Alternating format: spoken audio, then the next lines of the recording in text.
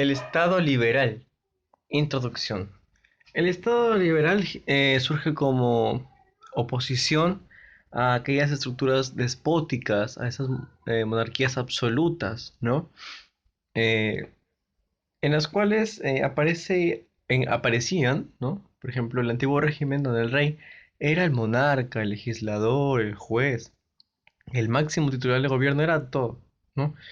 Entonces, ellos ya estaban cansados de esto y prácticamente se introducen para eliminar estos privilegios políticos de parte de la nobleza, como por ejemplo el rey, ¿no? Ellos dicen que el Estado debería funcionar como una coacción legítima y que el Estado tenga el monopolio normativo. Esto de aquí, el monopolio normativo, se consolida gracias al Estado liberal, en la época donde finalmente va a existir. Limitación del poder y garantía de los derechos individuales es lo que se va a querer. Limitar el poder de los reyes y garantizar los derechos de las personas. Eh, ¿Gracias a qué se da el Estado liberal? El Estado liberal se da gracias a las revoluciones, como por ejemplo la Revolución Inglesa del siglo XVII, la Revolución Norteamericana y Francesa del siglo XVIII. Estos son los acontecimientos que marcan la ruptura del antiguo régimen. Se configura tres países dentro de estos, como ya hemos mencionado. A Inglaterra, los personajes ingleses, eh, básicamente en 1688, permiten la Revolución Gloriosa, ¿no? Este periodo se va a caracterizar por, gracias a que, bueno, que existen conflictos religiosos, como lo ven ahí, y además existen enfrentamientos entre la corona y el parlamento, ¿no? Las rivalidades de ambas instituciones eh, querían algo. Por ejemplo, uno quería redefinir los límites de las leyes, ¿no? Frente a tendencias de ampliar. O sea, querían ampliar las leyes. Hablamos del rey, ¿no? El rey quería más leyes que le favorezcan. Mientras que el parlamento lo que quería era más privilegios, ¿no? Entonces, la Revolución Gloriosa, la llamada así en Inglaterra, conduce a la victoria al Parlamento sobre la corona. Y luego de unas décadas se impone la supremacía del Parlamento, ¿no? Sin embargo, al final no fueron abolidos los burgos podridos de gente eh, que le hacían mal al gobierno. No se eliminan de totalmente los burgos que estaban podridos. Y tampoco se produce una separación entre la iglesia y el Estado, que es lo que se quería. Separar a la iglesia del Estado. La iglesia ya no debería estar en el Estado, ¿no? Eso es lo que nos dicen un poco esto del Estado liberal. Porque la iglesia tenía privilegios, ¿no? Bueno, entonces, encendido este conflicto, ya aparecen los colonos. Y los colonos, ¿qué es lo que quieren? Son los que nos dicen prácticamente, consúltenos antes de imponernos cosas. A nosotros nos dan las leyes, a nosotros deberían consultarnos qué están pasando, ¿no?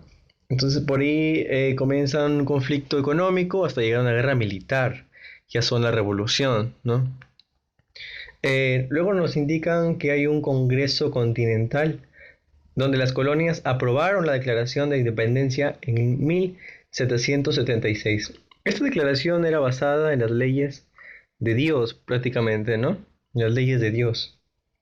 Y lo que proclamaba era libertad e igualdad de los hombres. Además establece que todo gobierno debería tener como finalidad la garantía de los derechos inalienables, ¿no? La garantía de los derechos inalienables. Tiene que descansar el consentimiento de los gobernados. O sea, los gobernados deberían tener el consentimiento de lo que están haciendo sus gobernantes.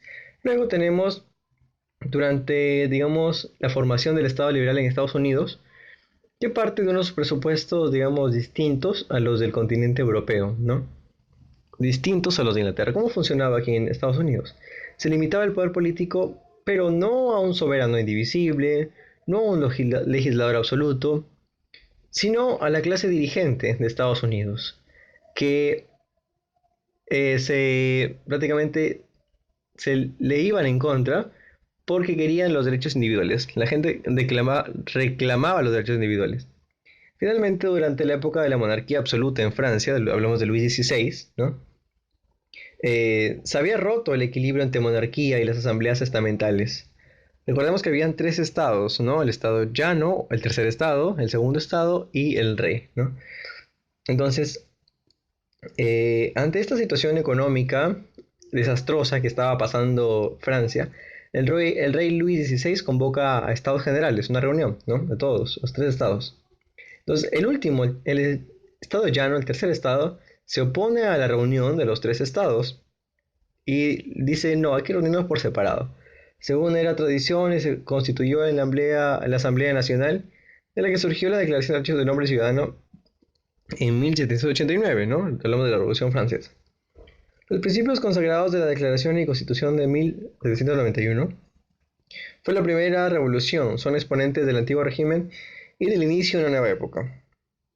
Entonces, eso es lo que querían el Estado liberal. Querían votar prácticamente a estos monarcas, al antiguo régimen, a, digamos, el absolutismo, ¿no? Y los tres países involucrados son Inglaterra, Estados Unidos y Francia.